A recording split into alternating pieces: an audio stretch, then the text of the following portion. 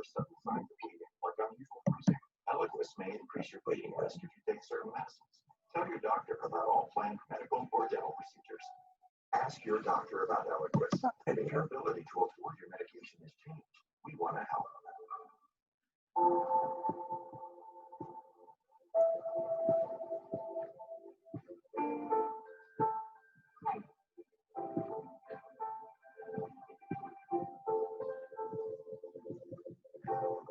Oh, look at you. Don't you worry about paying for all that data? Oh no, I'm on Consumer Cellular. Oh, I've got a great plan with Consumer Cellular too. I'm always talking to my family, and I send 3 pictures of Cece every day, 1 for each grandchild. Kids, only picture of Bruno. Get talk as low as $20 a month with Consumer Cellular, ranked #1 in customer service by J.D. Power. See how much you can save at consumercellular.com or find us at Target. As we look ahead, what new questions will surface? What lasting change will come about? For continuing news coverage of the stories shaping our future, start here. NBC Connecticut, always connecting you. Finally tonight, in any other year, it would be a welcome and familiar sign of the season. But this year, there's more to it. Here's Harry Smith. This morning on the Today Show, we saw it, if only for a moment, a glimpse of the star atop the Rockefeller Center Christmas tree. Funny how a thing not even lit yet could cheer us up. It reminds us, through years thick and thin, there's been a Christmas tree at Rockefeller Center. But first, put up in 1931, the depths of the Great Depression, workers thankful to have jobs building the great complex, pooled their money to survive. Perhaps more than others, many of us feel we really need the tree. The loss, the anxiety, the pressure of making things work, making ends meet. The tree will bring welcome light, and though darkness will give way but for a few weeks, we will gaze and dream, like those workers years ago, of better days ahead. Harry Smith, NBC.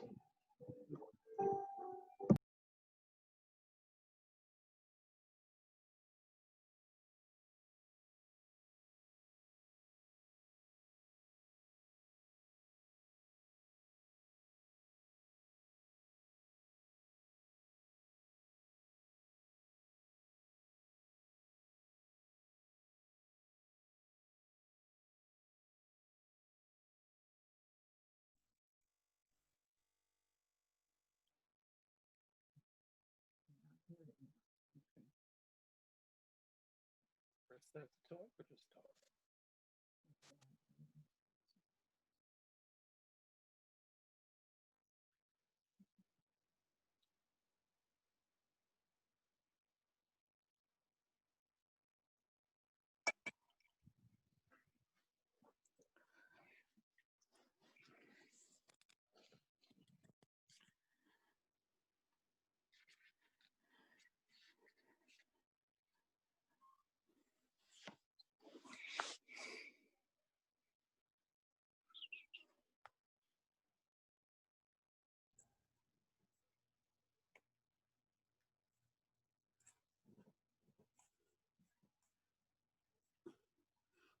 Hey, hi, I see you, Jean. Are you there? Oh, am I on mute? No, I can hear you. Okay, got it, got it. Thank you.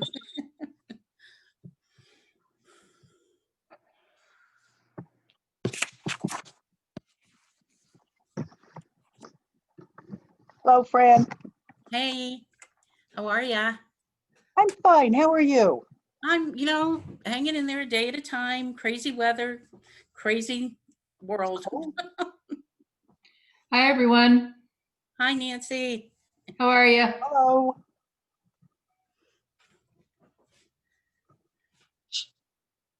Hello, Tegan. Hi, I'm on my cell phone because I'm having problems with the other. When that happens, it's so you don't know where to go next, Well, my internet at the Apologies. house keeps going on and off, and so I'm hoping that I will continue to be on the call. Okay. Technology is great when it works. That is correct. Exactly.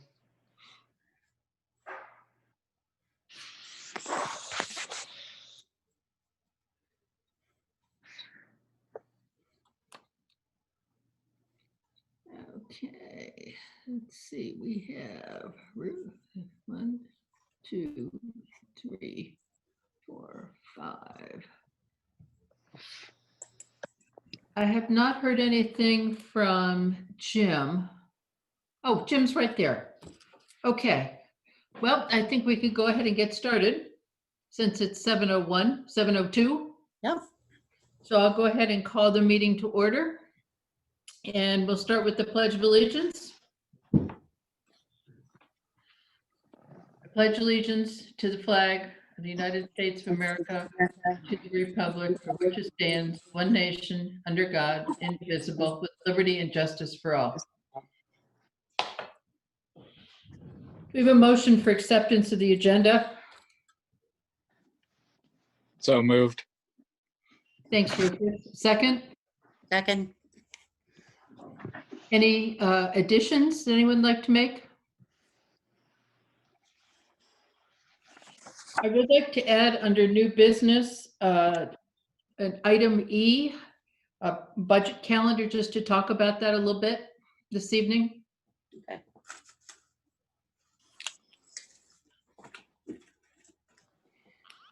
So would anyone like to make a friendly amendment to accept that modified agenda?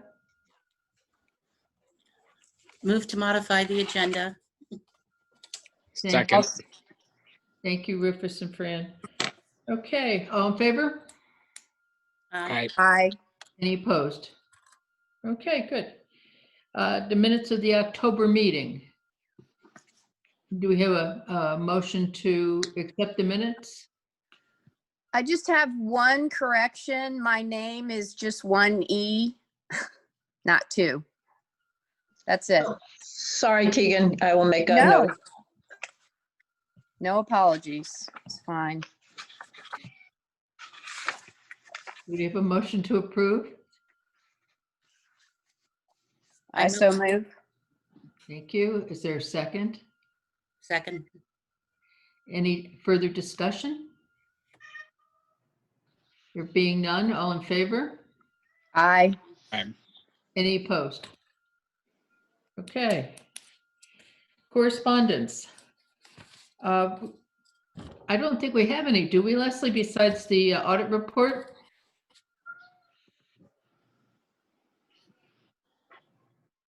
Okay.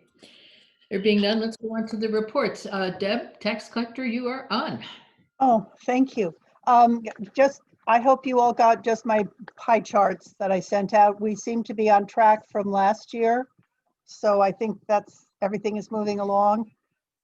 Yesterday, the assessor's office and the tax collector's office went to a new hosting service. It is run by QDS, who has been our vendor for the past 30 years, I guess.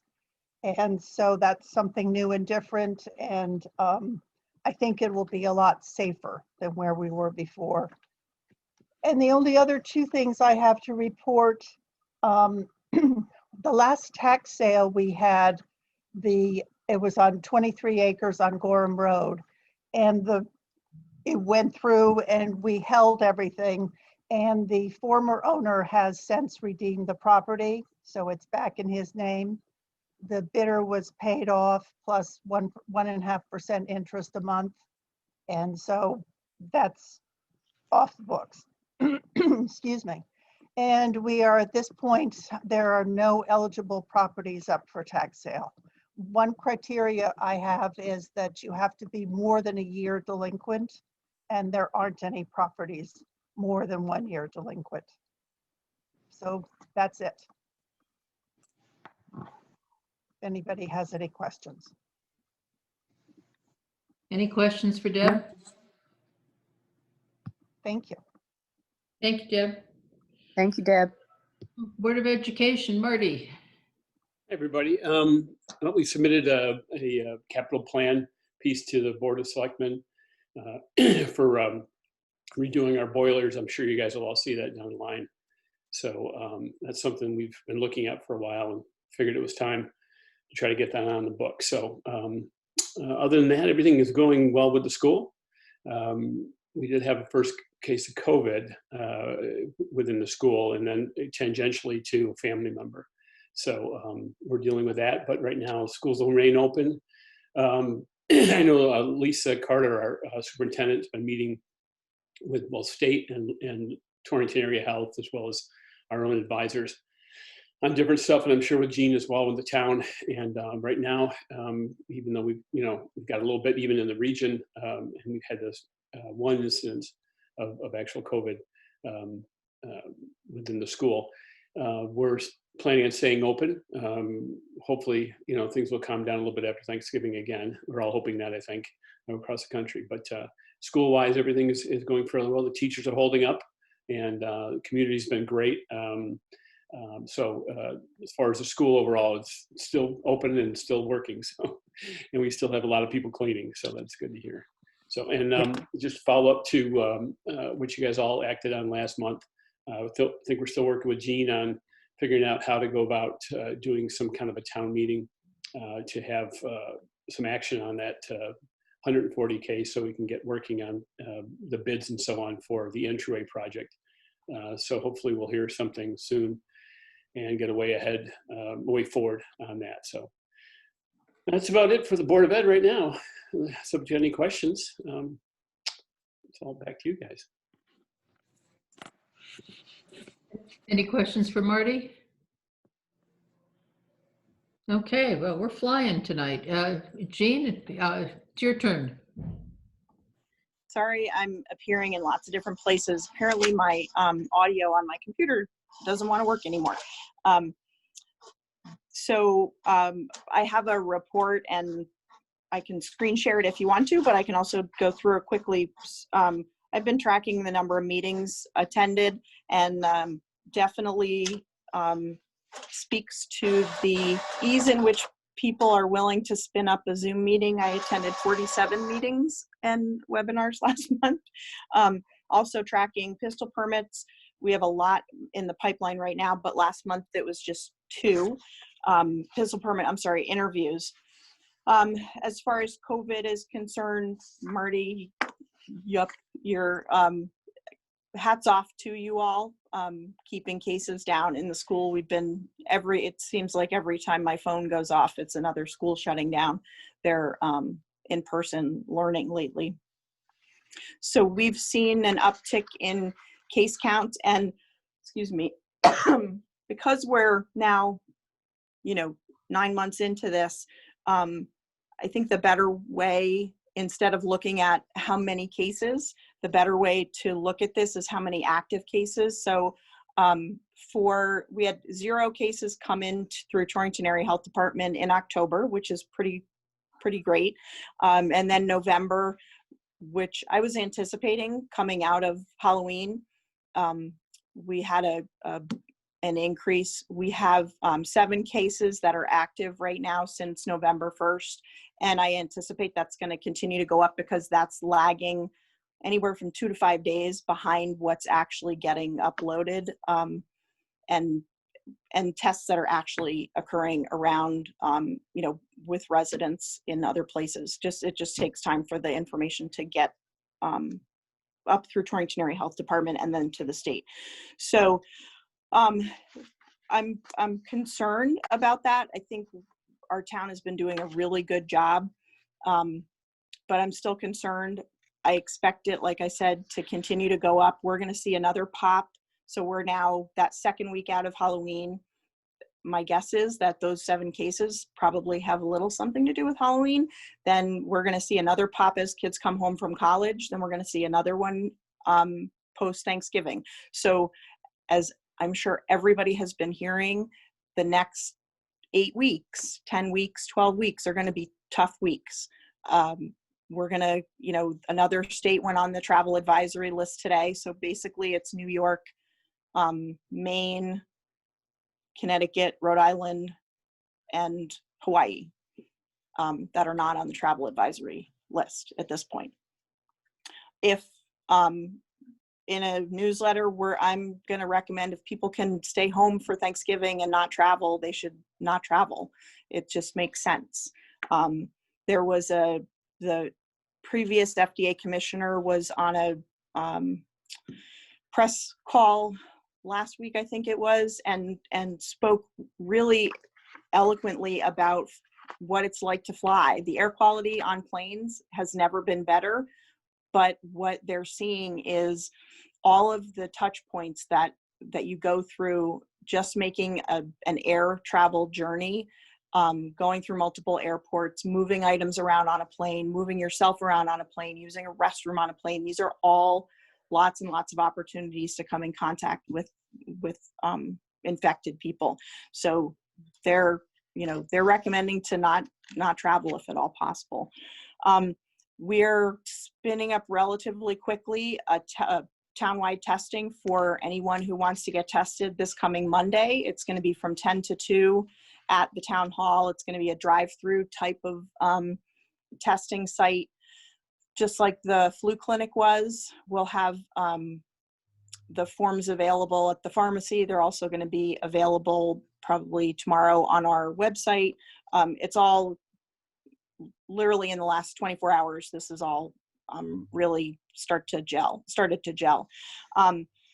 So the town hall remains closed. I think we have good feedback from the Goshen town meeting, Marty, and Cornwall.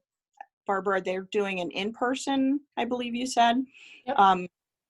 So it may be that we do an in-person town hall meeting if that's the quicker way to get a town meeting to happen. But maybe, Marty, we can touch base tomorrow and have another conversation about that. Cell tower, we're still waiting. There's a siting council meeting on Thursday where they're due to come out with some initial or draft findings of fact. So it's the first piece of what's going to end up sometime in January. That's going to be on Zoom. You can go on the siting council website to find that. Continuing to move forward with the pedestrian safety. I hope everybody saw the lines that were painted. I did a bunch of crunching of the data of the vehicle speed signs, and something that has come forward that I find very interesting is that when you look at the vehicle speed by hour in the 4 different gateway signs, the South Main Street, North Main Street, Macedonia, and Maple Street, there's a big uptick in the average speed between the hours of 4 and 7:30, 8 a.m., which is very clearly saying that people who are commuting are doing some of this speeding. The rest of the day follows what you would expect to see, that it's, it bounces up and down. It'll be in the minutes from the Board of Selectmen meeting, but it was just really interesting to see that this commuting time for all 4 roads, there's this big uptick in how fast people are traveling. And it's right there at town. So people coming north, going south, coming in from the west, and coming in from the east are traveling too quickly for the areas. That's everything in the high points. I don't want to waste anybody else's time. If anybody has questions, by all means, let me know.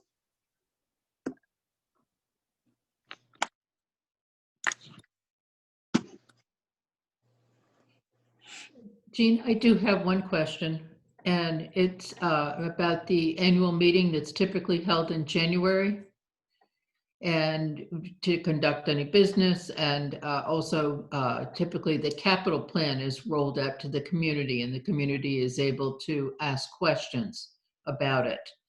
And it's usually towards the end of the month, as I recall. Are you all targeting any dates as of yet? Traditionally, I think it's the 3rd week in January. Right. Does that sound right, Barbara, Debbie, you guys? Yep, 3rd Thursday. So we're definitely the plan is to not have to change that. There are enough changes that are happening in the world. So that's the goal. Great, thank you. Anybody else have questions for Jean? All right, Barbara, it's your Okay, turn. I don't have a written report tonight. I've been spending the last 6 days doing an intensive training for the CDBG grant administrator certification that's required in order to facilitate the grant that the Kent Affordable Housing has asked for. So I can tell you all sorts of things about that grant, but other than that, I'm a little bit behind on my regular stuff. So I don't have anything.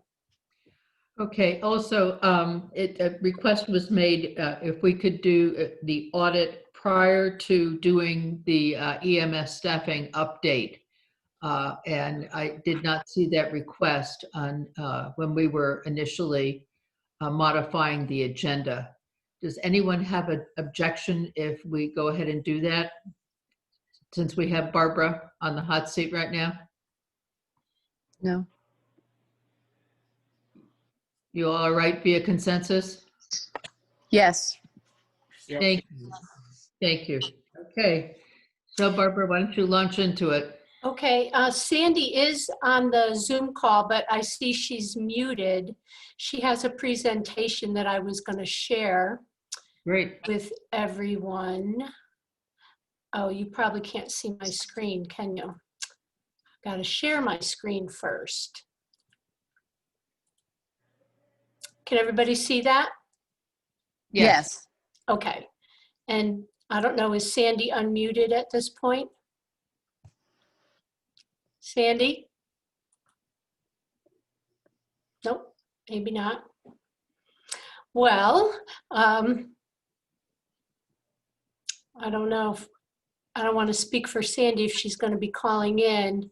But generally the results of the audit went pretty smoothly considering we did the entire audit remotely.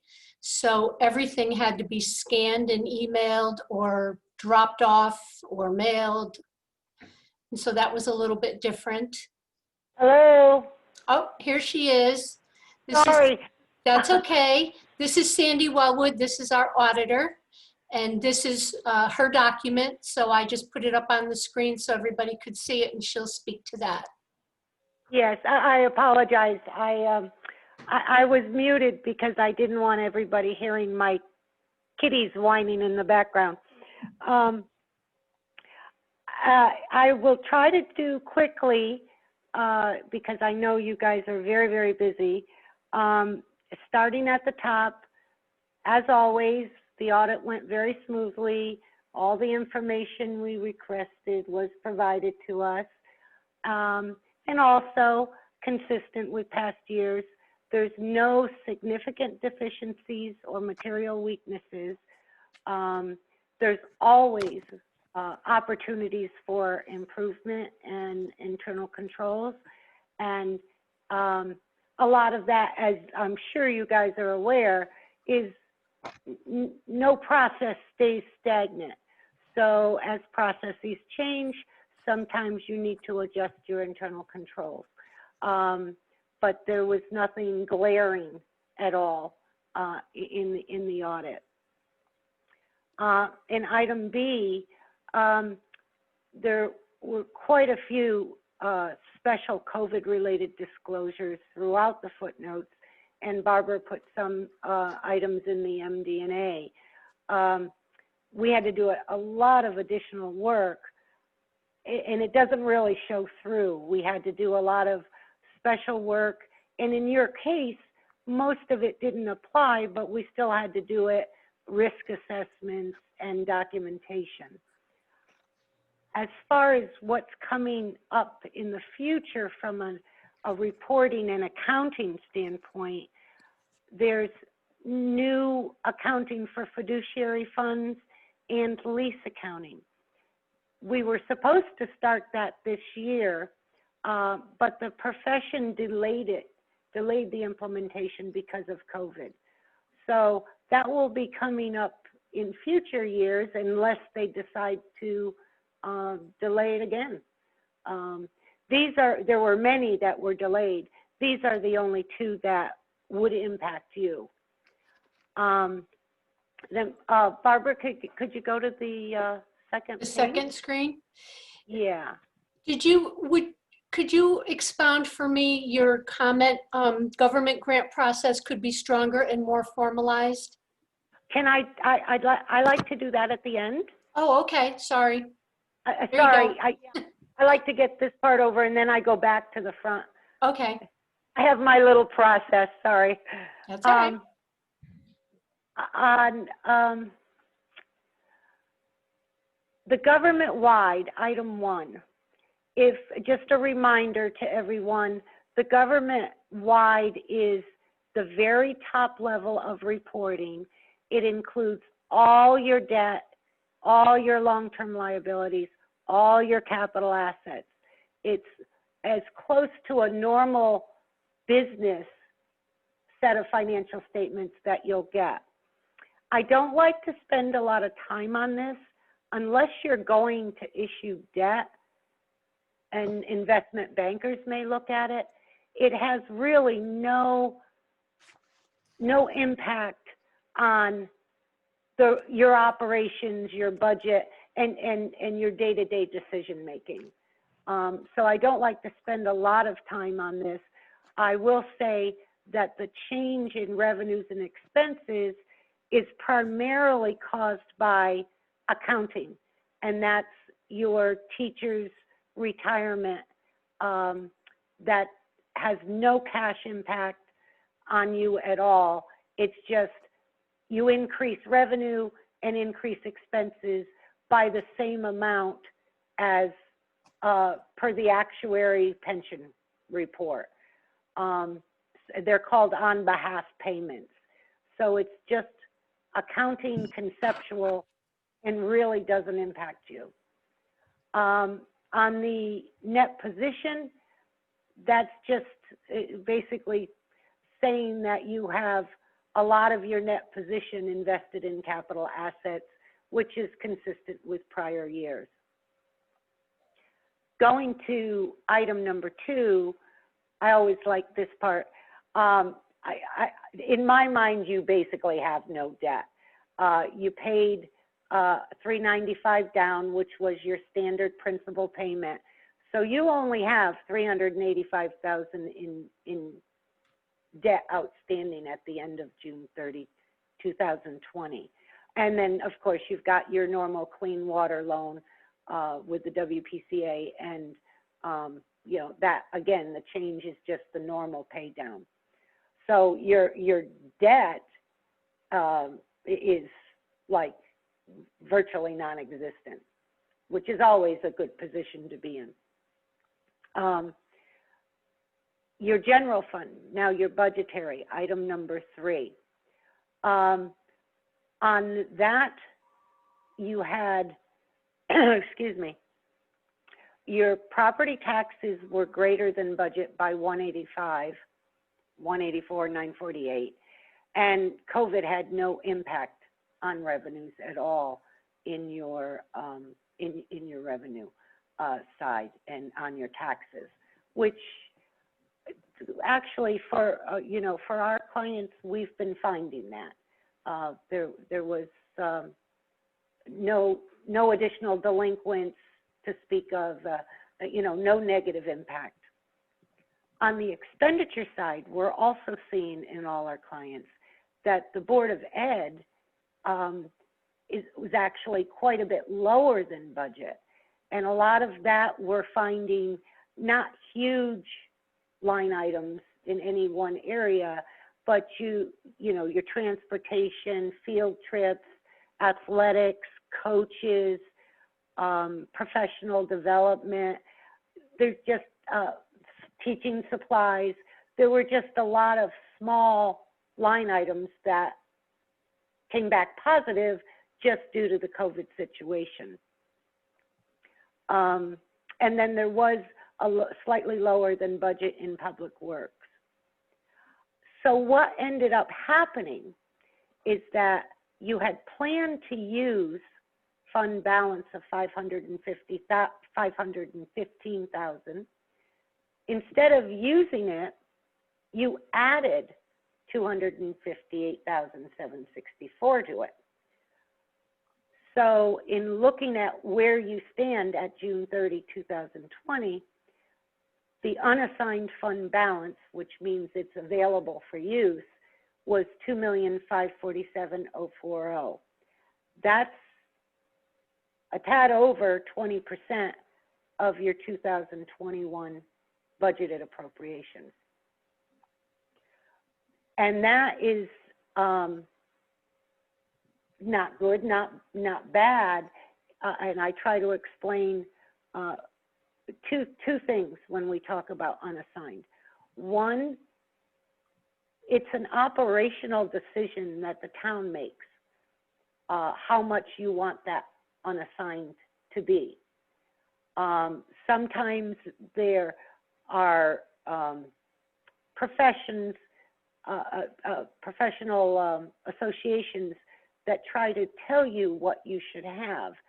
I don't agree with that. I think that is a town decision in whatever the town feels comfortable with. The other thing is they keep using percentages when they do that. Well, I can tell you that 20% of Kent's budget is going to be a very, very different number than Hartford's. So using a percentage globally to compare town to town, city to city, it doesn't make sense to me. If you're going to have a catastrophe, the cost is going to be the same. So absolute numbers is what I like to see. So that's where you stand. And you also, I think, you're going to use, you plan to use, I think, 780,000, Barbara, is it, for next year? 780,000, yes. And that is not included in this 2,547,000. So you're not going to be taking the 780 planned, taking it out of this. That's already taken out of this number. Okay. Any questions?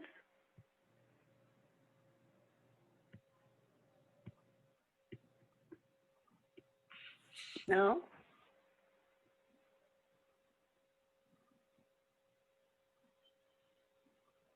Do you want to go back to page 1 then, Barbara? Yep. Okay. So that's where we stand. You know, given the chaos and everything, from an audit standpoint, other than COVID related, everything went well, which was a good thing. It's enough going on with the COVID. Now, opportunities for consideration. Barbara, over the past few years, has been doing the schedule of expenditures for both the state grants as well as the federal. That's required. A client is supposed to prepare that for the auditor, and she's been doing a great job. But we are having each year a little bit of a problem with getting the final numbers. And part of it is because tracking and administering and to a point monitoring is a little bit different than accumulating the information for grant reporting. So sometimes there's a bit of a disconnect. And especially with the Board of Ed grants, what's happening is on some of your federal grants, the town receives the money, gets an invoice from the region, and then passes the money over to the region. But the region has not spent the money yet. During the year, it's not a big deal, although that is not necessarily the best practice. But at the end of the year, they've requested the funds, invoiced the town, but haven't spent it yet. And then we have an issue. Are these great big dollars? No. However, it doesn't matter what the dollars are. The federal government doesn't care when you're reporting if they're small dollars or big dollars. To them, it's all of the same. So what happens is then the reports being submitted to the State Department of Education are not in sync with what's being reported by the town. And so I've been chatting with Barbara about it, given her some information, and it really is the town is the grantee. Even though you pass it through, the town is still responsible for the reporting as well as ensuring that whatever the grant is for was used properly. So that is an area I think could be tightened up and maybe a little bit better process between the region and the town on that. This year, it didn't have a huge impact because you were not subject to a federal single audit this year. So the disconnect won't be as noticeable. However, especially if you get a lot of COVID this year, the COVID grants, and if there's more stimulus coming, you may very well need a federal next year. Do you agree with that, Barbara? Yes, and we're probably going to get the CDBG grant, and that'll definitely put us into the federal audit, single audit. And even though this is, like I said, a small dollar amount, based on experience, I learned the hard way. We've had to reissue and redo our federal single audits at several clients because the school system was $1,000 different than what the town had in their federal single audit. A lot of work, a lot of cost. Do I agree with it? Well, for $1,000, no, but I don't get a vote. That's, you know, if the federal government says it needs to be to the dollar, then that's what we need to do. So I'm just trying to maybe make sure for next year we don't have the issues we've had the last few years, because it will be, I think, more important next year, especially if you get the big grant. Sandy, has this been discussed with the auditor that does Region 1? Not really an audit issue. It should be discussed with Sam and a process set in place between the region and the town.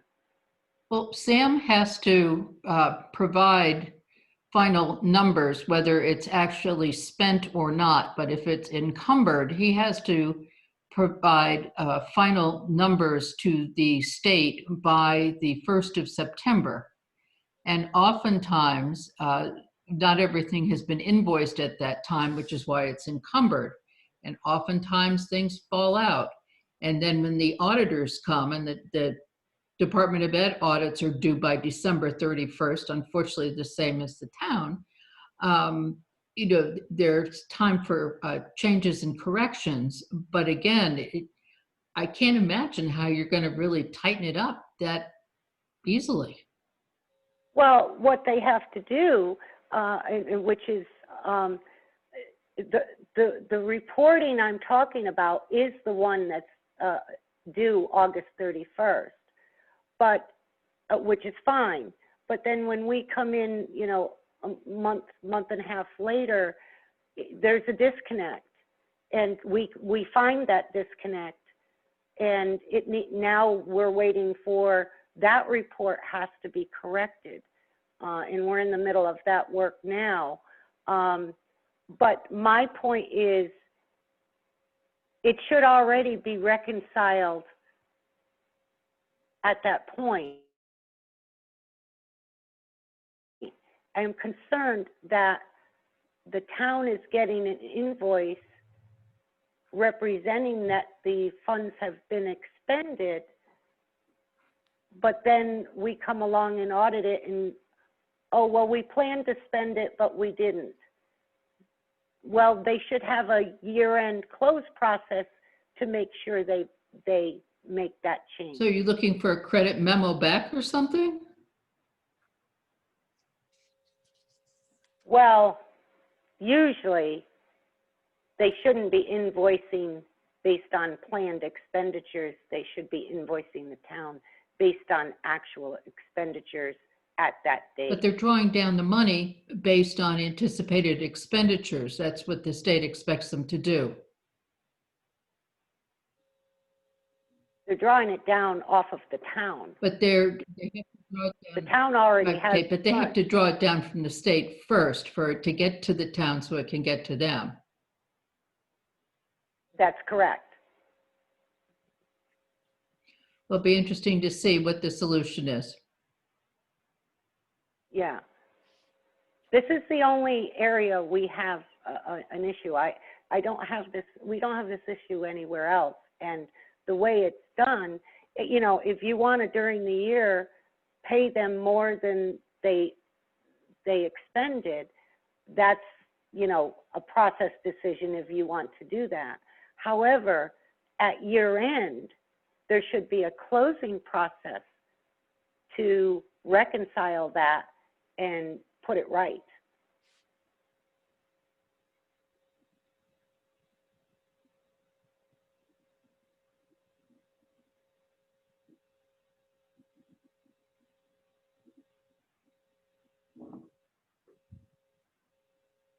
Because then now I'm sitting here waiting for a new report in order to finish the school side.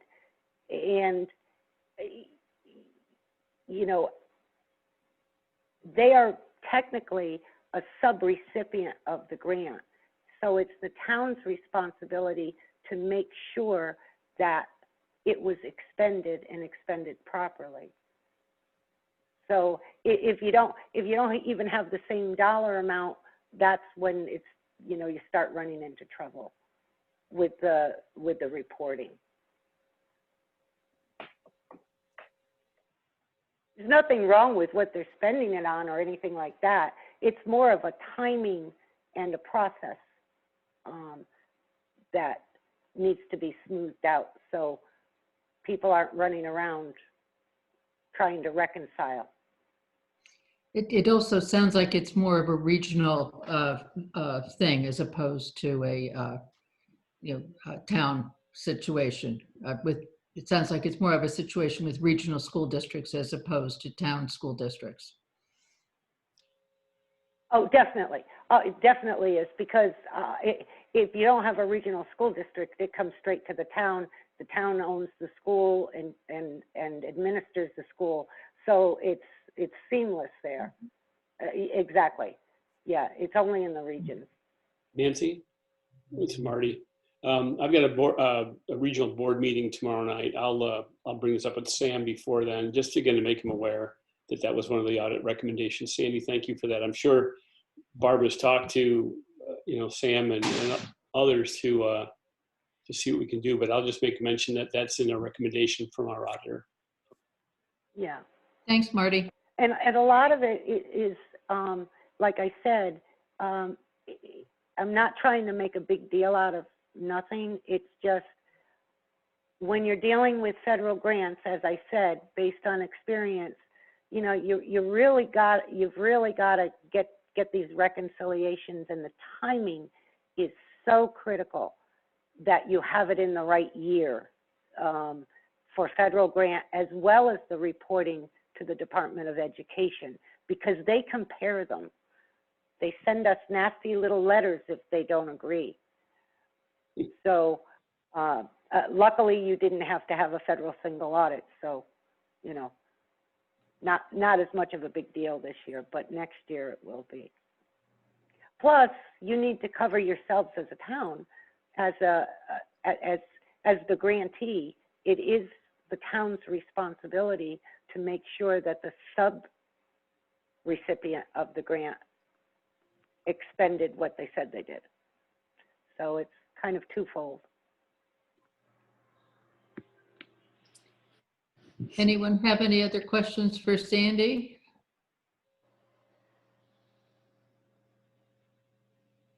Sandy, are there other opportunities you have to share with us? No, I don't think so. Everything, you know, like I said, in spite of COVID, everything went well in all areas. It was a tough year, just given the situation, but not because of the town folks or you know, the people we're working with. Just you know, just one of those years that was just tough getting through. But you know, everybody was very helpful as always. Oh, that's a testament to Barbara. Barbara, thank you so very much. You're welcome. Okay, well, we'll move on then to the Kent Volunteer Fire Department EMS staffing update. But I apologize for interrupting. If I'm not needed, could I sign off now? Thank you, Sandy. You sure can. Thank you so much. Have a good night, everybody. Night.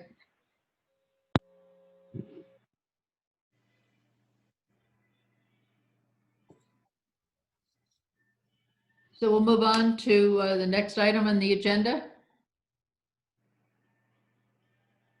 Hi, Nancy, it's Mary Ann. Welcome. Thank you, and thanks to the rest of the board for having us.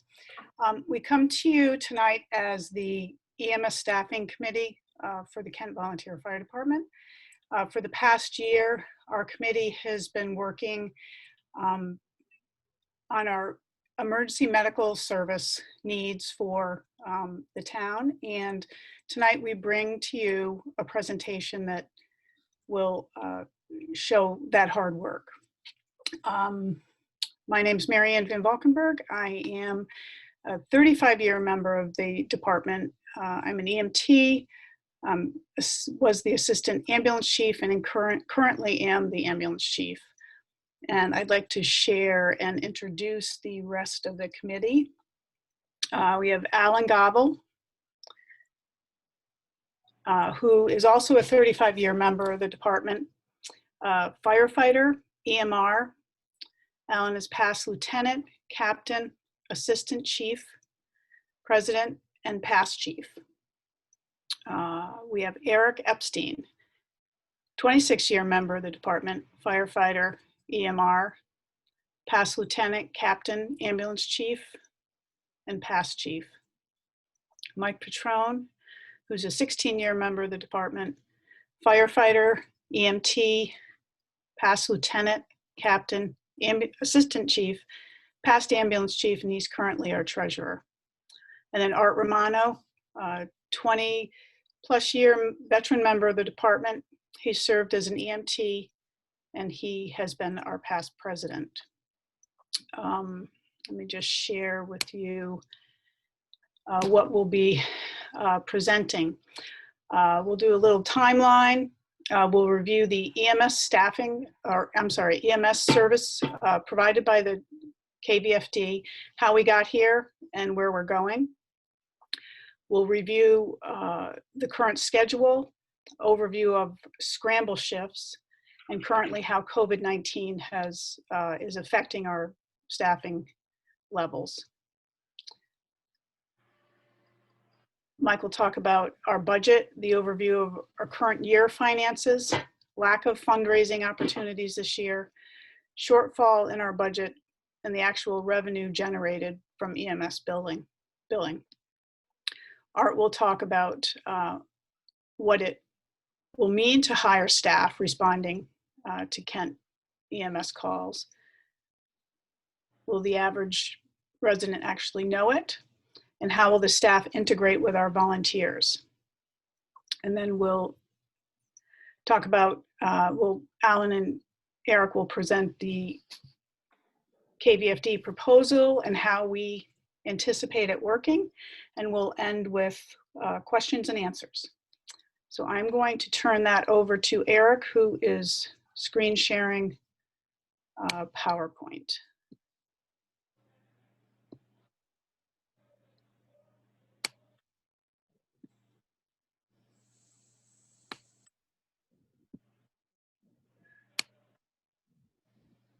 Sorry, I had trouble finding the mute button.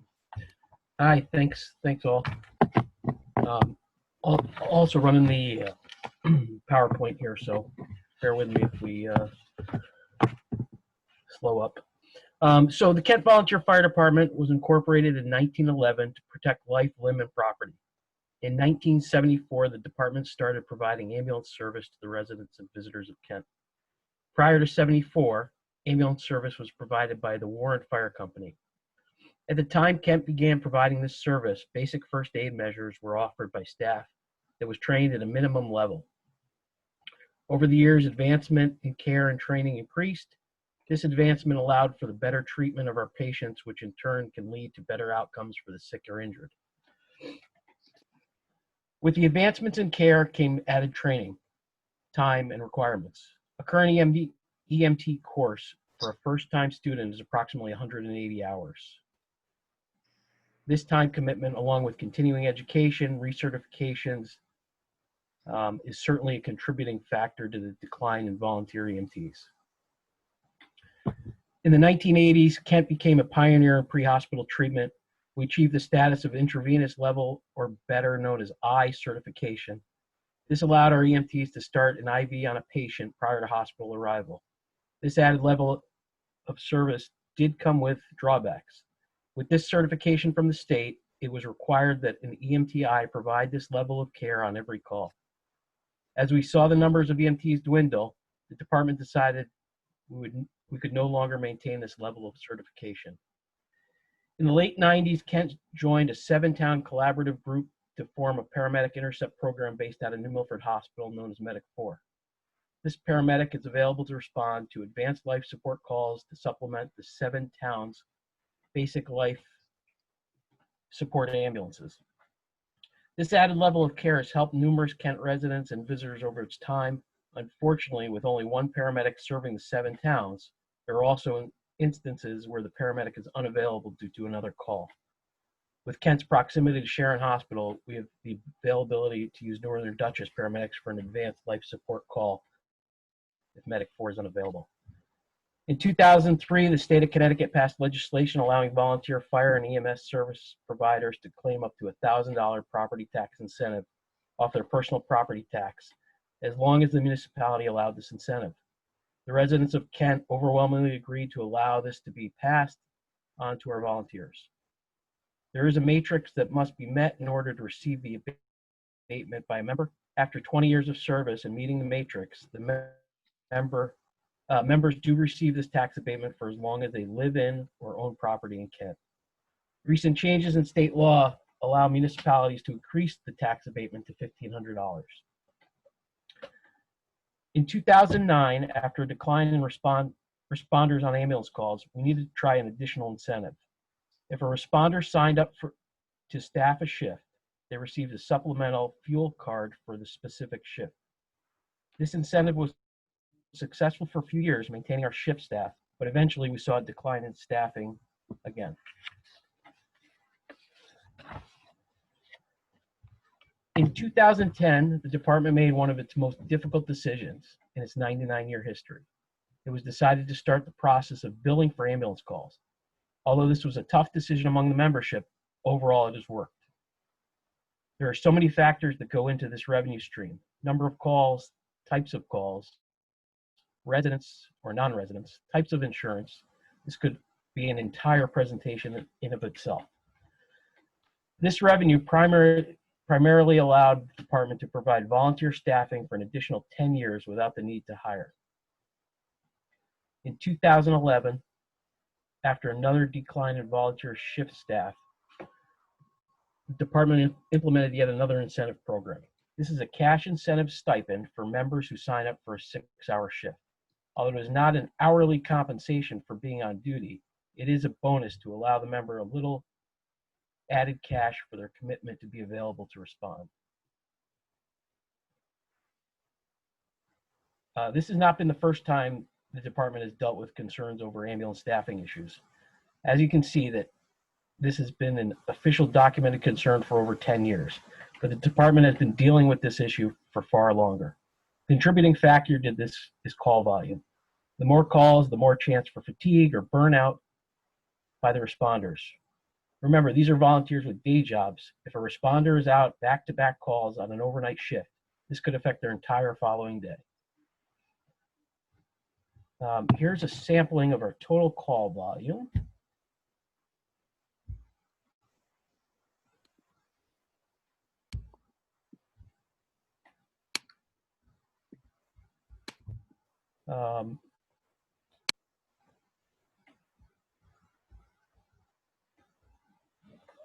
You'll see at the 2020 year-to-date calls, a decline in call volume, and this can be directly attributed to COVID. Residents are staying home. We have found residents are hesitant to call 911 during a medical emergency because they do not want to be subject to a hospital emergency room. The larger call volumes in 2013 and 14 is directly due to the Kent. This facility also, although had a declining bed count near the end, it officially closed in September of 2015. This facility was a major contributing factor in responder fatigue. Although we don't know what the ramifications will be, we're very concerned with what will happen to call volume with the expansion of Highwatch and the construction of Birch Hill. Our projections, by comparing ambulance calls for similar facilities, indicate we could see significant increases in calls once these facilities are online.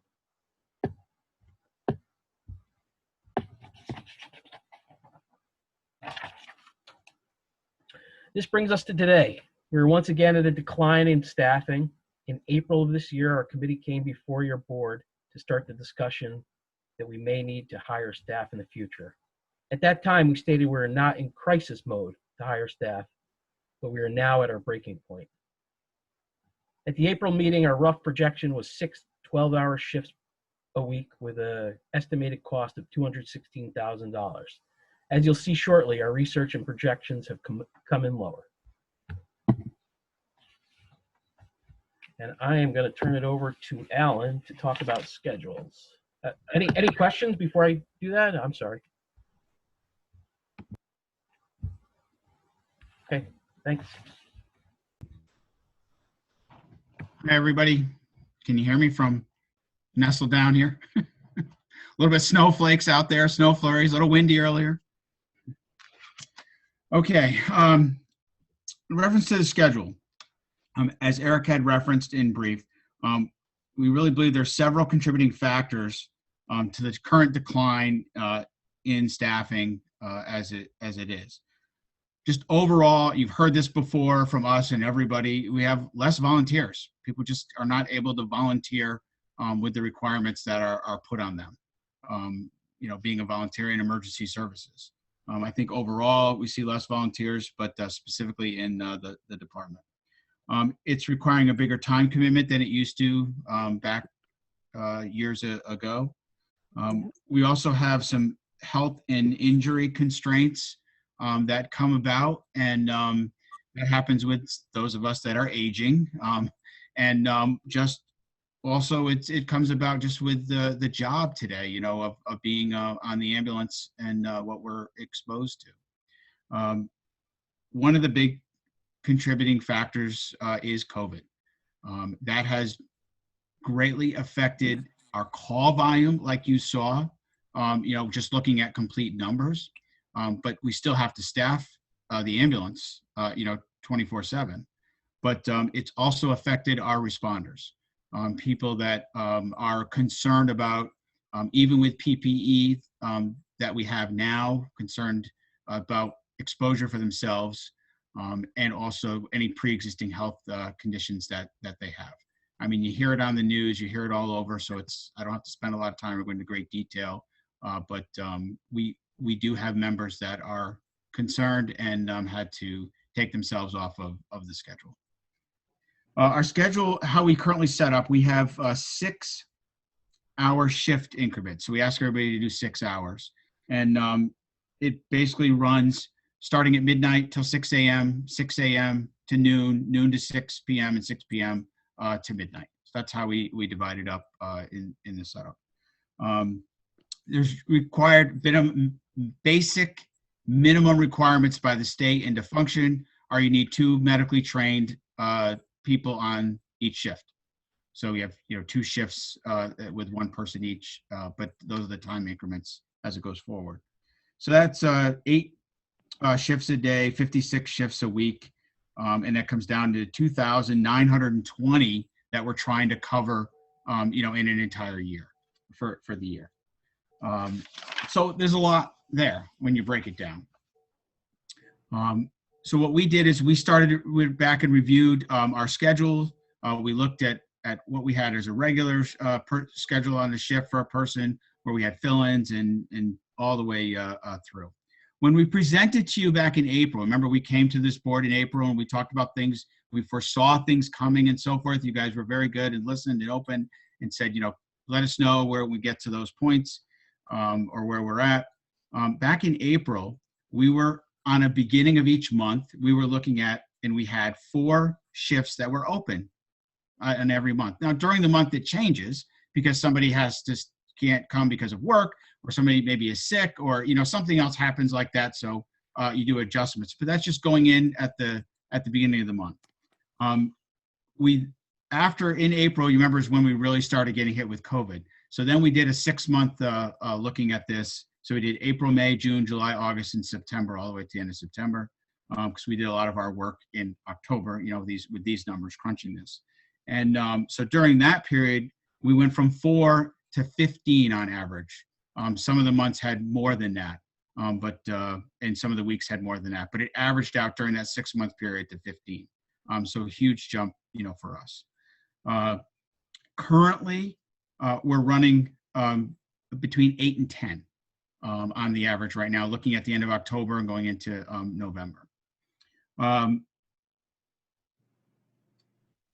This again definitely fluctuates as we referenced, or I just referenced a few minutes ago.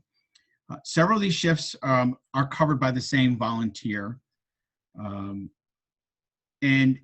that's a big concern, because if they're doing 10 shifts, 8 shifts, 9 shifts a week, and then all of a sudden something happens to that person, that could take them out of the picture.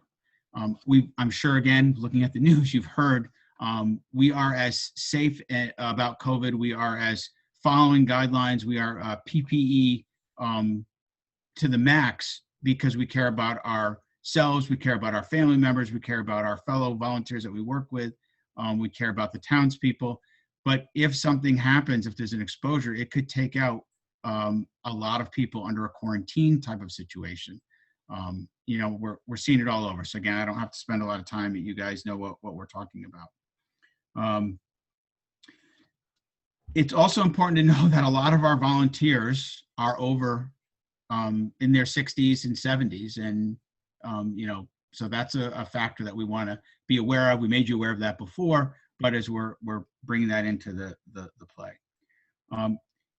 With what I'm talking about, there's kind of 2 things I want to really emphasize. So if you go away with what I just covered with the shifts, just know this, that of the 56 shifts per week, 46 of those that are on a normal schedule are covered by a total of 7 EMTs and 3 EMRs.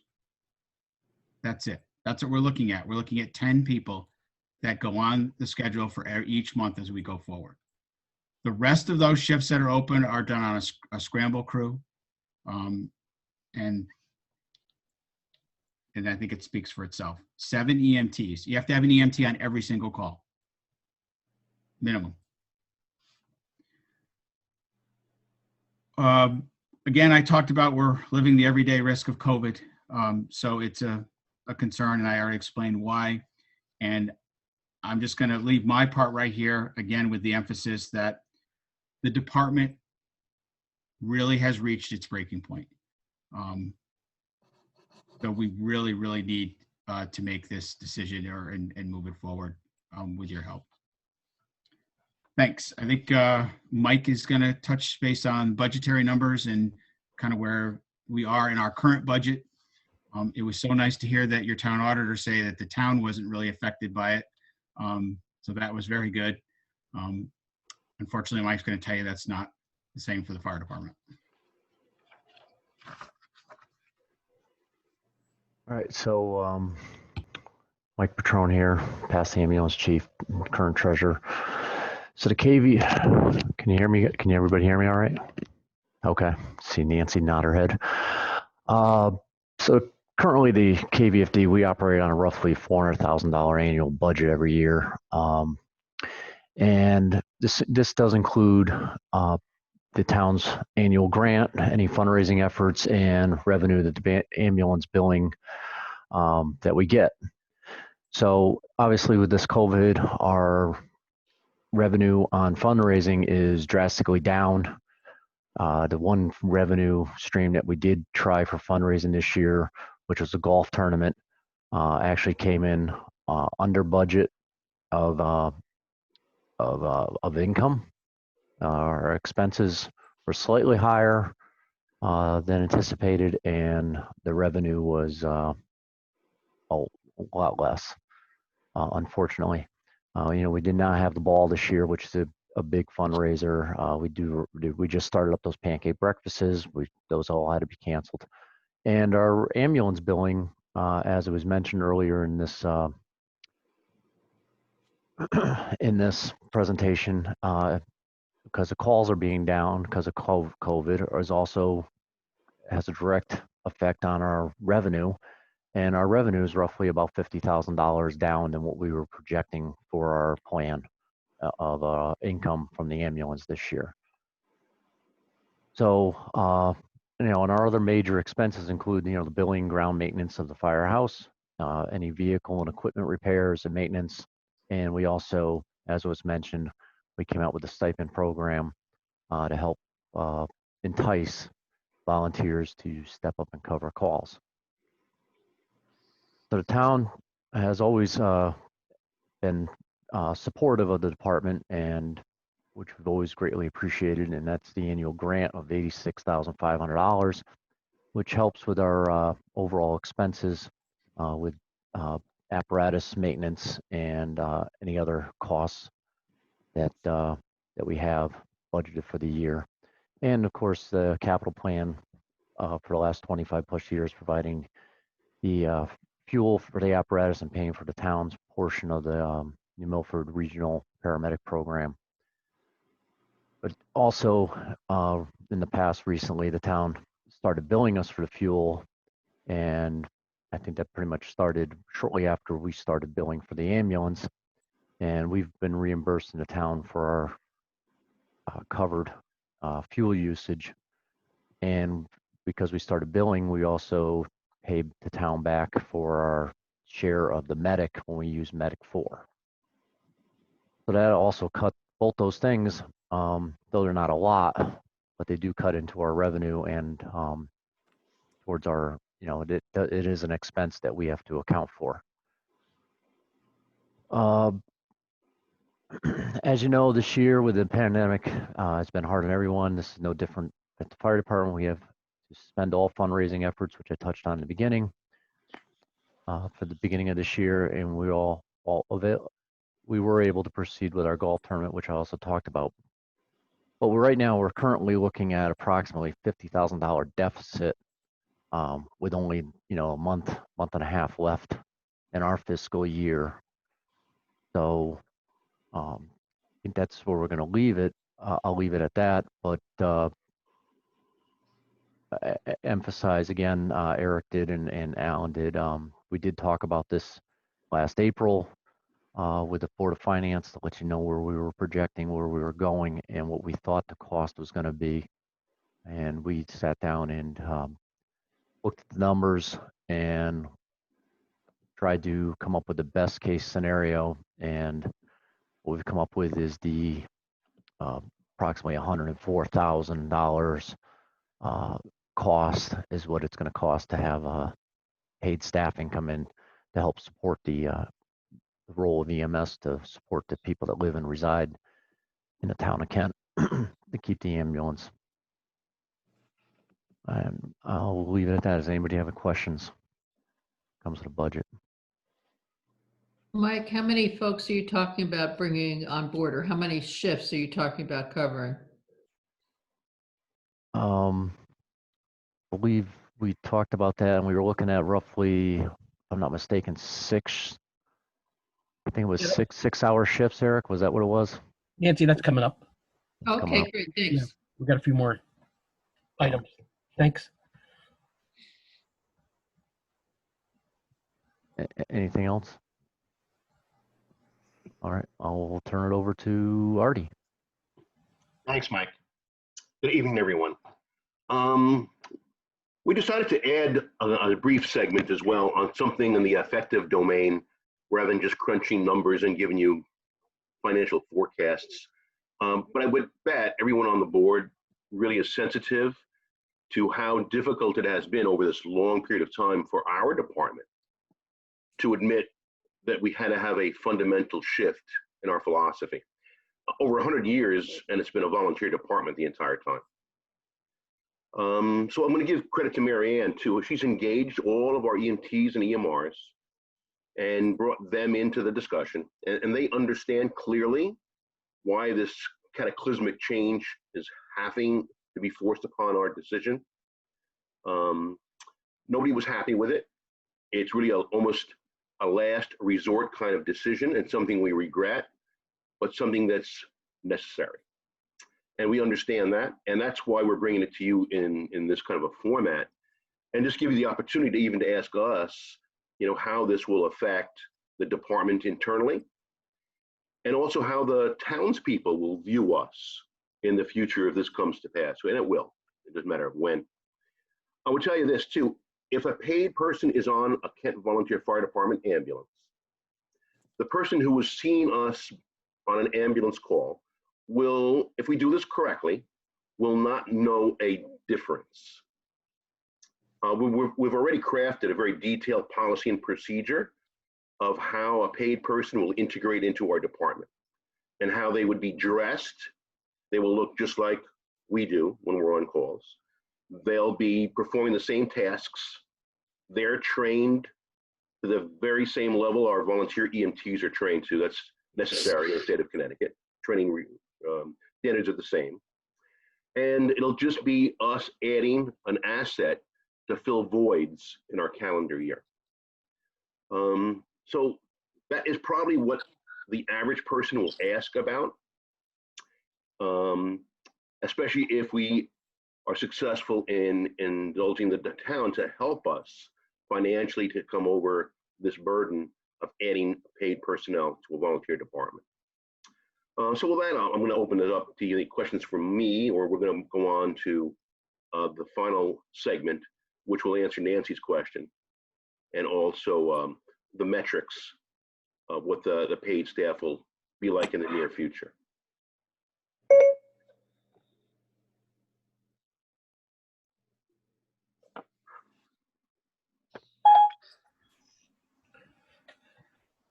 Okay, I guess it's back to me. So here's our proposal. Thanks again for your time and allowing us to present tonight. The committee has been working for over a year to provide a comprehensive outline, as to where the future of EMS in Kent is going. Again, we're at our breaking point. We continue to see a dwindling amount of responders. We've tried creative campaigns, including opening membership responders from other towns. We have interviewed the 2 licensed EMS staffing agencies and plan to secure department approval and have an executed contract with one of the agencies before the end of the year. We would like to have the funding in place to be able to start staffing by January 1st, 2021. plan on keeping volunteer stipends in place for our volunteers that staff the non-hired shifts.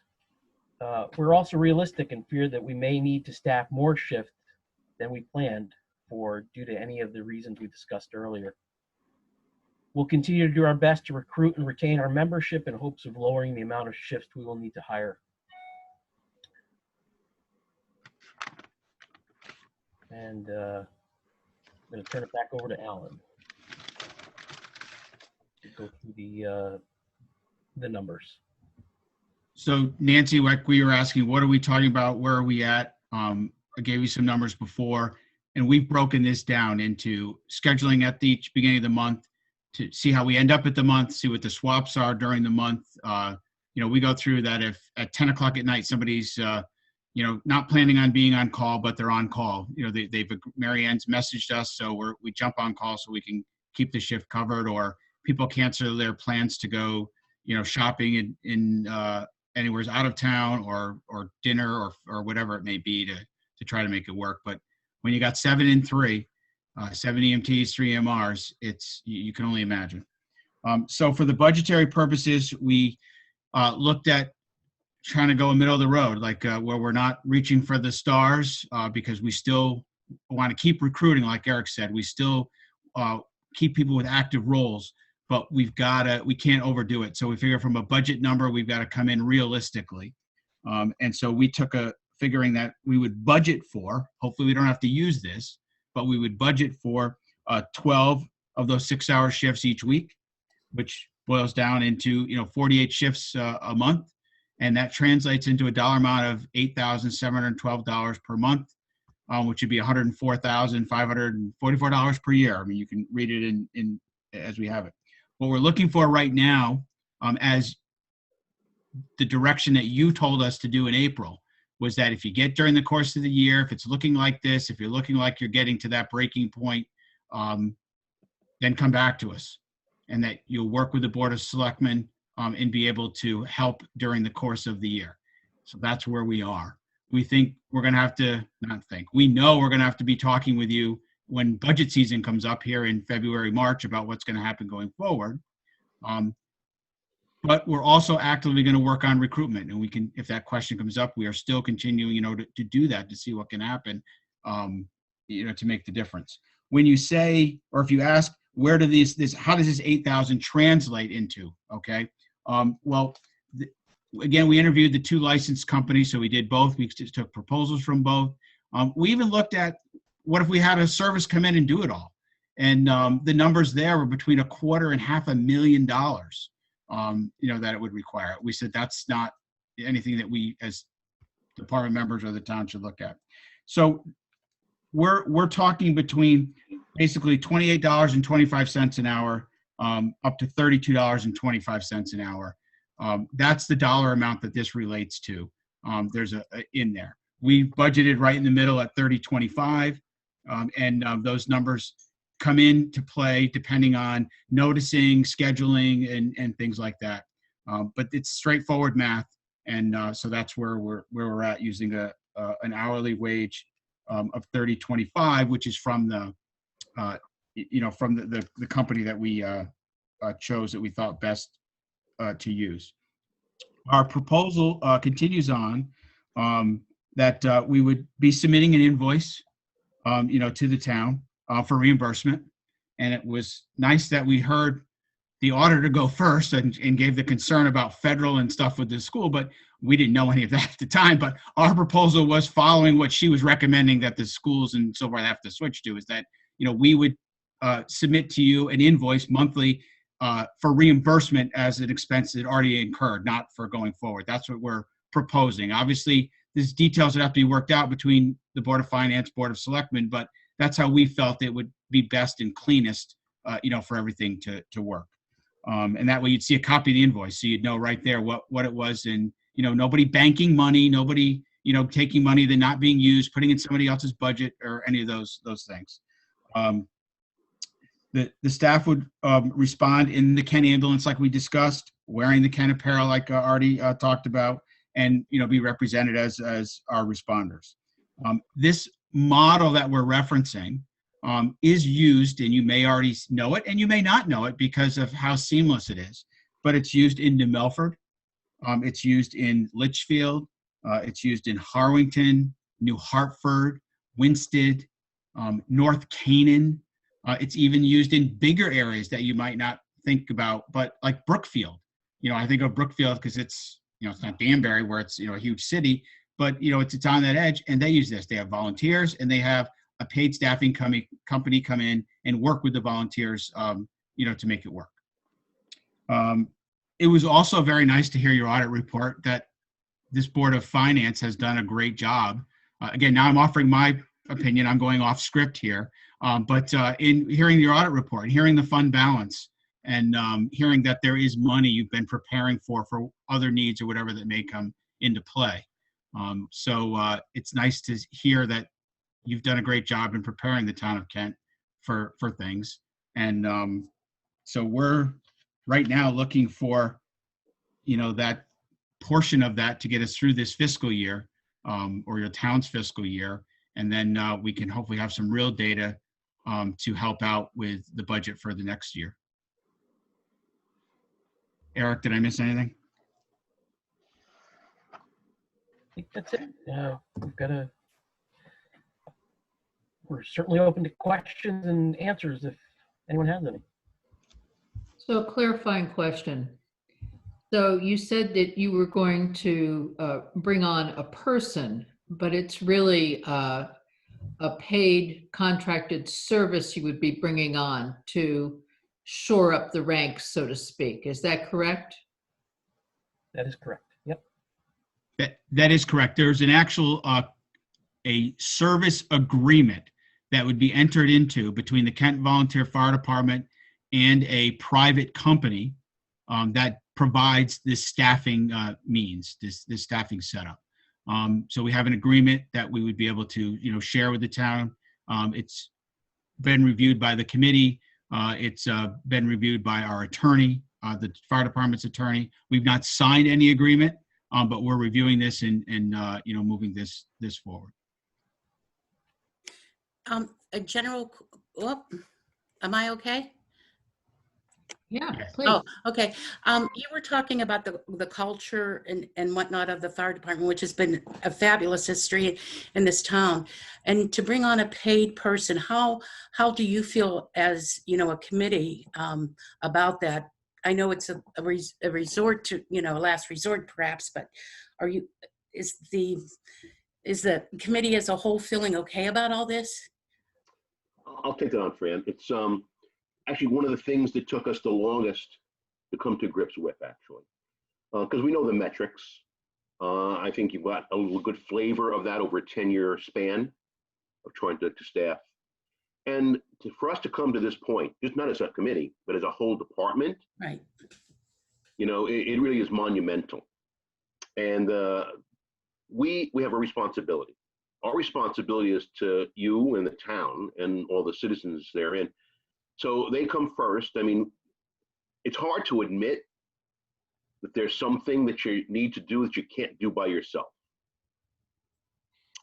And for all of us to come to that consensus, that really speaks to the integrity of the department and putting a mission first and knowing that it's the best thing.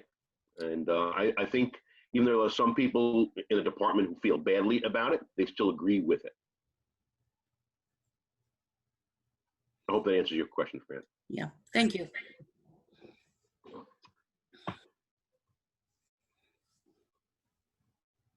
Anyone else have questions? I have a question. Are you going to have a 6-month contract or a 1-year contract? Are there limitations? The contract, I believe, is a 3-year contract, right, Marty? Yeah, but the way it's written, so this is kind of unique. It's kind of an open-ended contract, if you will, agreement, in that we looked for cost certainty for out to 3 years. But remember, at the end of the day, no cost incurred unless we ask for someone to be sent to the town of Kent. So we have ultimate control. always. And the financial projections that were received in our agreement are what Eric is referring to now for 3 years going forward. And Nancy's right too. There in the state of Connecticut, Department of Public Health heavily regulates ambulance care state, and they only license 2 of these management service organizations that are able to staff paid EMTs into these volunteer areas like ours. There's only 2. And we interviewed both, and we chose what we believe is the best of the 2. This cost certainty that we have received from them in the agreement. When you say cost certainty, you're talking about a monthly minimum, Marty? No, it's an hourly rate. If they give you a paid EMT, there is a hourly rate for that EMT to be in your town. Of course, that covers that person's pay and the management fee that's superimposed on that hourly rate.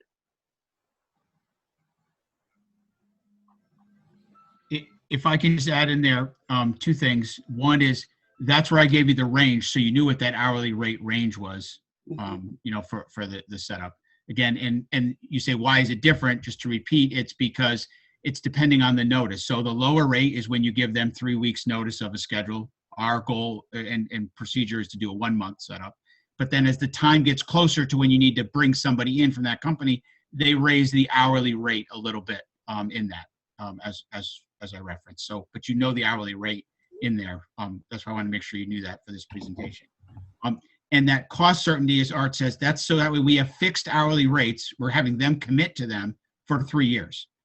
The agreement also has a 60-day, either party for no reason whatsoever can cancel. So if we decided we didn't like things, we couldn't come to agreement, something wasn't working out right, it's 60 days written notice by either party, not having any cause or need to have a show cause, can just terminate. And if you don't use it, then you don't pay as it goes through. So Fair enough.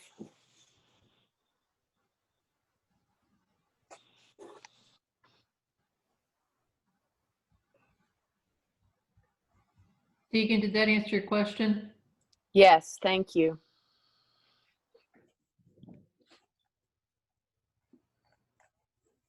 Any other questions? Nancy, can you Yeah. hear me? Yes. I finally clicked on. This is mainly not a question, but a few comments for the Board of Finance and Barbara.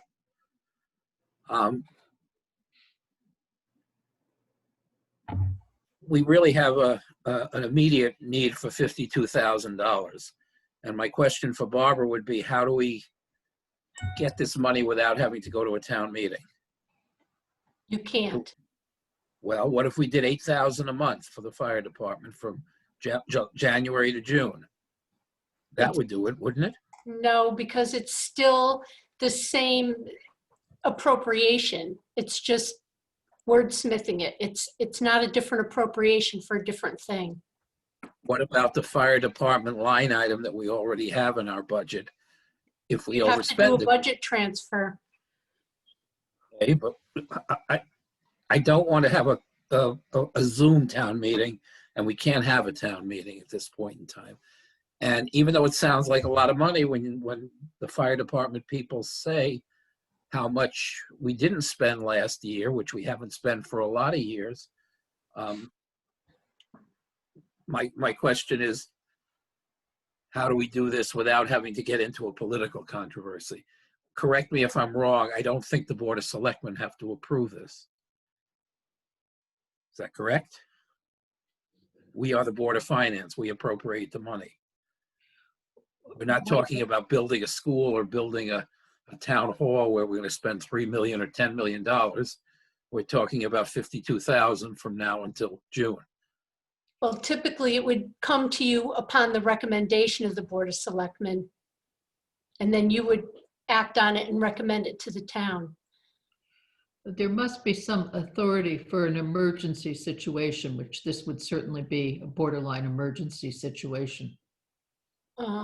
The statutes don't allow for this type of emergency appropriation without a town meeting. What is the minimum amount before you have to go to, I'm not saying it right. What is the maximum amount before we have to go to a town meeting? $19,999. So that would get us to the January town meeting. There's a town meeting already scheduled. But they aren't talking about starting this until January.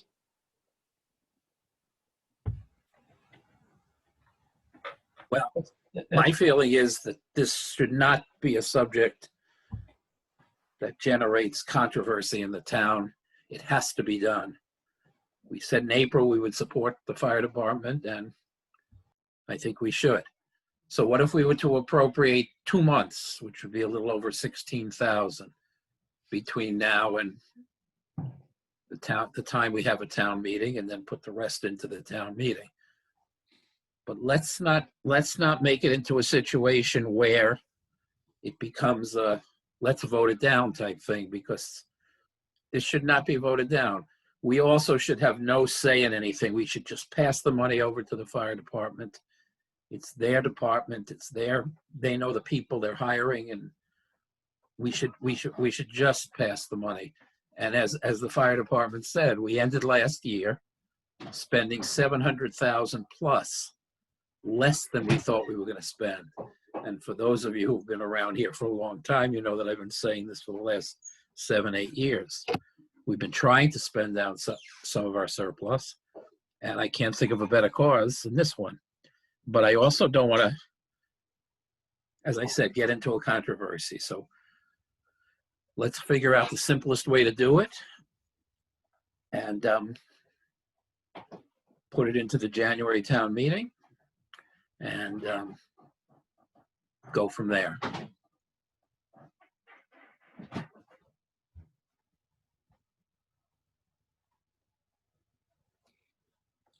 Nancy, I'm done.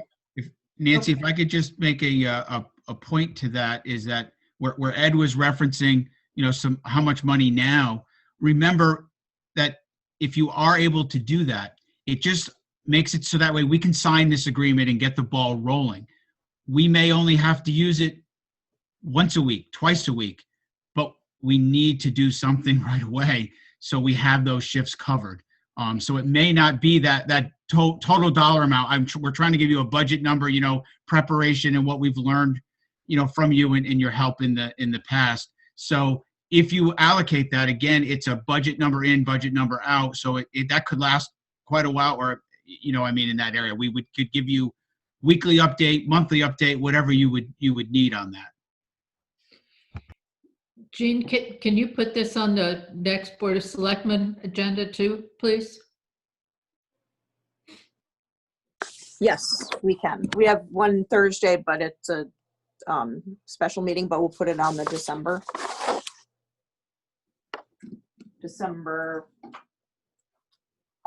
8th. Yeah, December 8th meeting.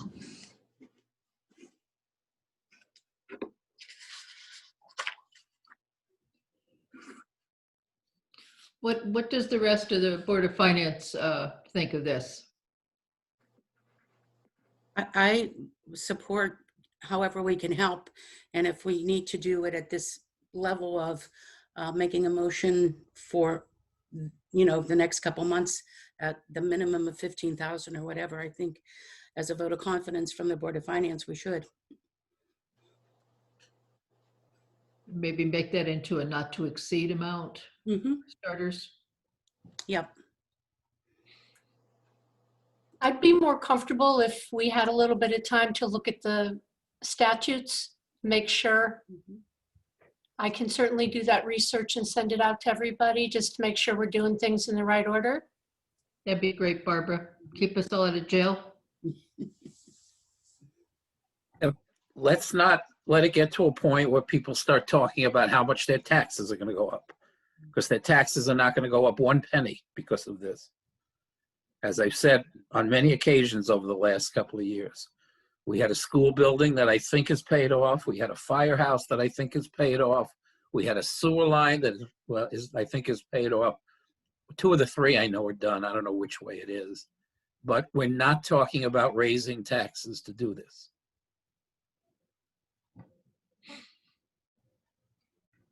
Rufus, do you have any thoughts?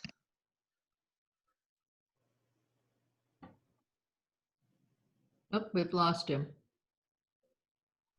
Jim, can you hear us?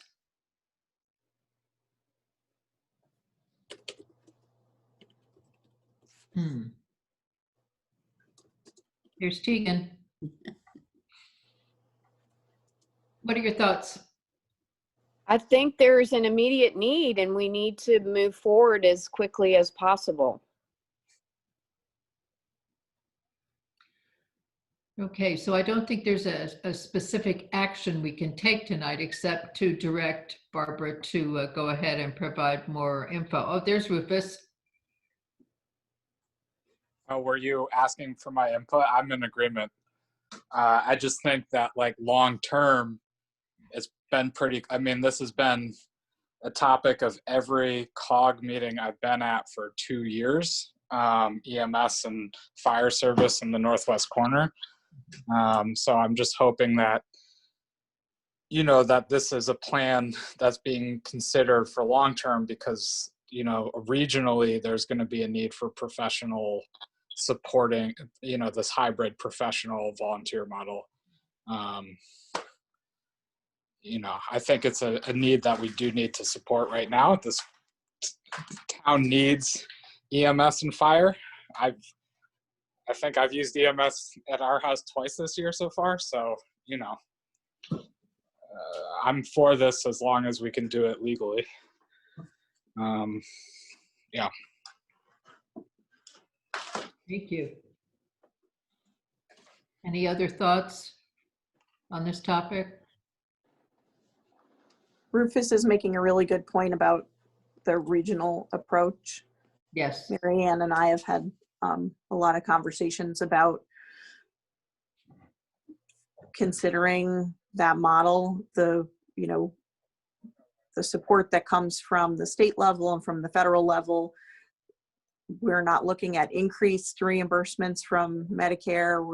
We're looking at decreased everything. And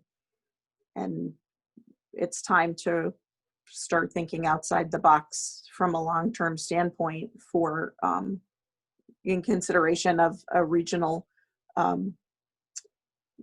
care approach for EMS. Yeah, I just wonder if there's some sort of like IMA situation that we could do with, you know, some of the other branches. I mean, that's not my field of expertise at all, but you know, something that I would love to see researched is, you know, can we work with New Milford or some of the other organizations to share services? You know, I recognize that our regional size makes this challenging, but you know, it's worked in other rural areas across the country. No reason it shouldn't work for New England, Connecticut, you know.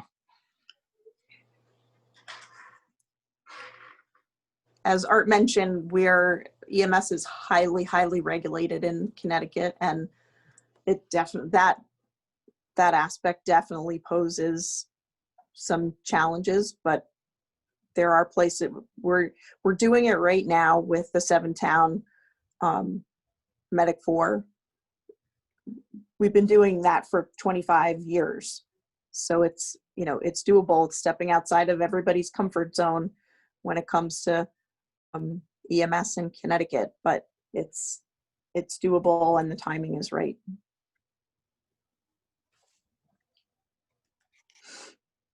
Oh, you're going to talk from here? No, talk to him. Hold on one second. Hold on one second. Talk to Jim. No, I got it.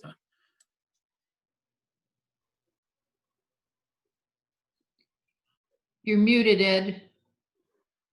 Muted.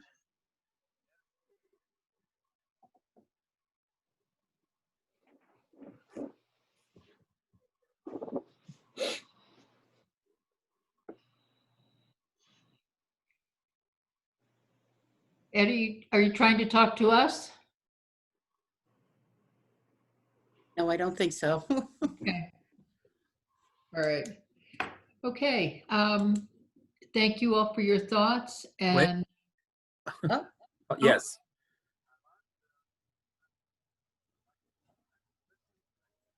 Okay. So what is your feeling? And I'll just share it with them.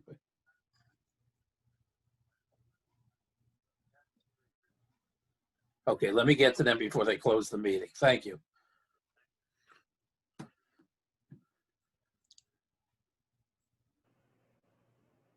Ed, you just muted yourself. Can you hear me now? Yes. Okay.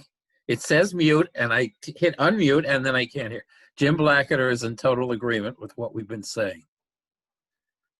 He called me on my cell phone, my flip phone, because he cannot get on here. But he definitely agrees.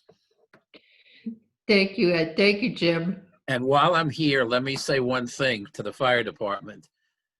I don't think you'll have trouble getting the Board of Selectmen to approve this, but it should not be presented in such, it should be presented in a way that you're just, asking for, this is a legal step for approval. It's not a debatable step. We can't get into a controversy over this. It's necessary. And I'm done. Thank you, Ed. Thank you, Mary Ann, and everyone from the fire department, from EMS, and all your good work. And it was a very good presentation. Thank you. Thank you, Nancy. Thank you. Yes, thank you, Nancy. Just a clarifying question then, and so much thanks for your support. And you really seem to understand the need, and obviously you guys are here living it. So, but what is the next step?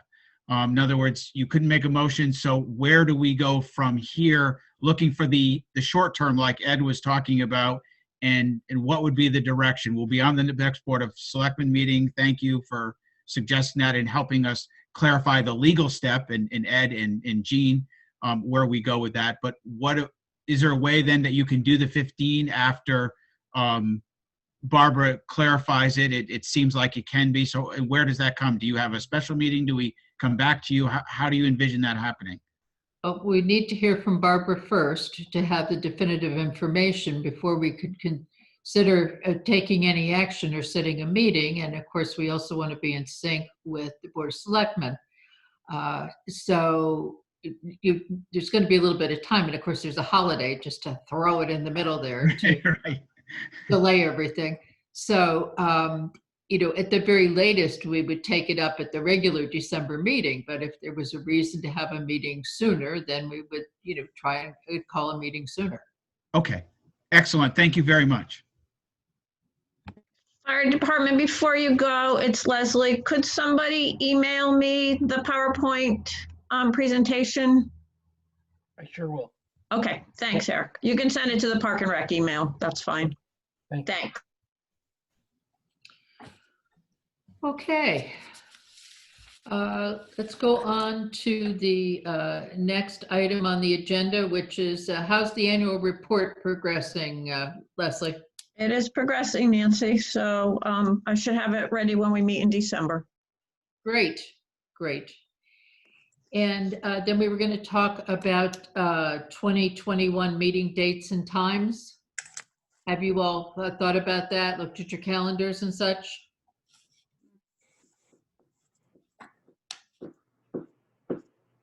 I have board meetings on Monday for the Warner, but other than that, and it's only once a month, so I can change it around if we need it. Nancy, you're the one who should tell us what your schedule needs. All right, I'll just throw it out then. Let's keep it the same week of the month. And let's try Wednesdays. And do you want to try and meet 6:30? Do you want to try and meet at 6? What would work for you all? I mean, I don't, either 6 or 6:30 on Wednesday is fine for me. Fine with me. Whatever you say. Yeah. Okay, should we start with baby steps at 6:30 or do you want to start at 6? Just so everybody knows, the Conservation Commission also meets at 7 o'clock on the Wednesday nights. Okay, so if we met at 6, that would be better then. Yeah. Okay. That's good feedback. Thank you. 6 is fine for me. That's plenty of time. Yep. Terrific. Thank you. And then I just wanted to talk about the budget calendar a little bit. Nancy, excuse me. Sorry. We need a motion and a We vote? need a motion because we have to file meeting dates with the town clerk. Yes, ma'am. Who would like to make the motion? I'll motion same week, Wednesdays at 6 p.m. Second. Thank you. Any further discussion? All in favor? Aye. Aye. Any opposed? Okay, very good. Thank you. So we had the item that we added to the agenda about the budget calendar, and it was to talk about it a little bit. Will this have this? I can't talk.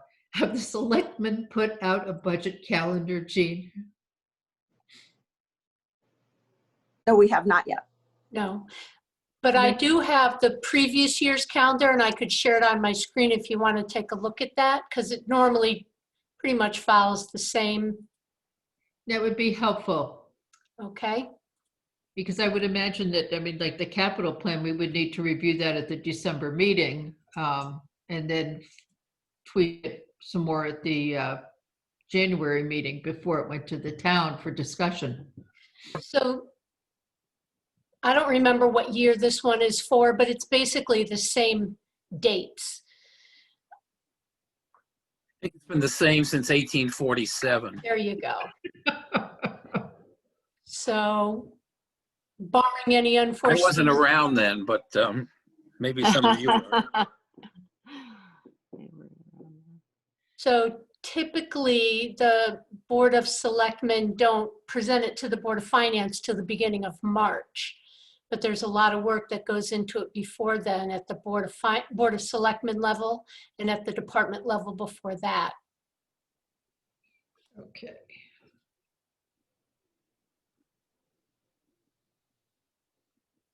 And where does the capital plan come in there? Packets for the capital requests usually, well, we're going out the first week of October. I will have to check with Joyce and see where she is on that. She hasn't made any requests to me, so I don't know if she's sent those out already or not. Okay. Those have already gone out to the department. Oh, see, there you go. And when did they do back? I believe it's the end of November, but don't quote me. Okay, so it's a pretty quick turnaround. So we'll have something to look at and start considering. That's very helpful. And so that's all I had where the calendar was concerned. So when the calendar is finalized, send a copy over to us, please. So is there any other old business that anyone would like to discuss, bring up? I want to cancel the December meeting, but I better shut up now.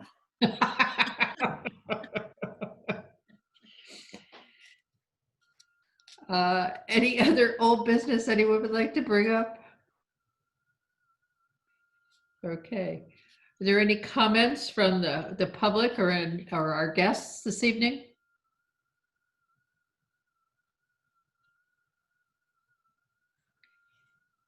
Well, they're hearing none. Should we have a motion to adjourn? So moved. Thank you. Since Jim is not here. Yeah.